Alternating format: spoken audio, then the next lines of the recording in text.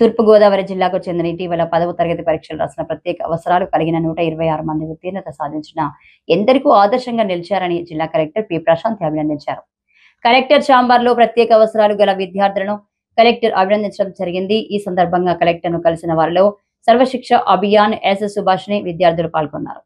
ఈ సందర్భంగా కలెక్టర్ మాట్లాడుతూ ప్రత్యేక అవసరాలు కలిగిన పిల్లలలో 126 మంది విద్యార్థులు ఉత్తీర్ణత సాధించి 88.86% ఉత్తీర్ణత సాధించడం స్ఫూర్తి కలిగిస్తుందన్నారు.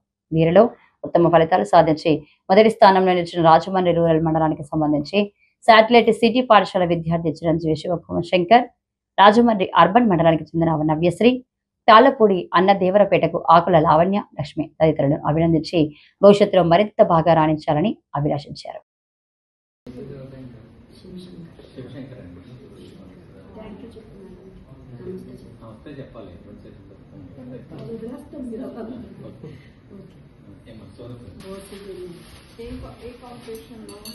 స్టేట్ లెవెల్లో చేస్తారండి సిడబ్ల్యూఎస్ పిల్లలకి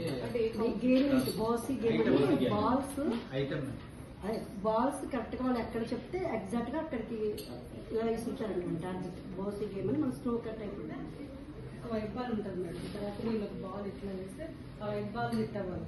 వేరే అదే మన స్నోకర్ అయితే పెద్ద బాల్స్ ఉంటాయండి. టార్గెట్ లో వాళ్ళు రీచ్ చేయాలి అంటే టార్గెట్ అండ్ గ్రిప్ అంతే కోఆర్డినేషన్. ఇతనికి గోల్డ్ మెడల్ వస్తుంది. నమస్తే చెప్పండి మేడం.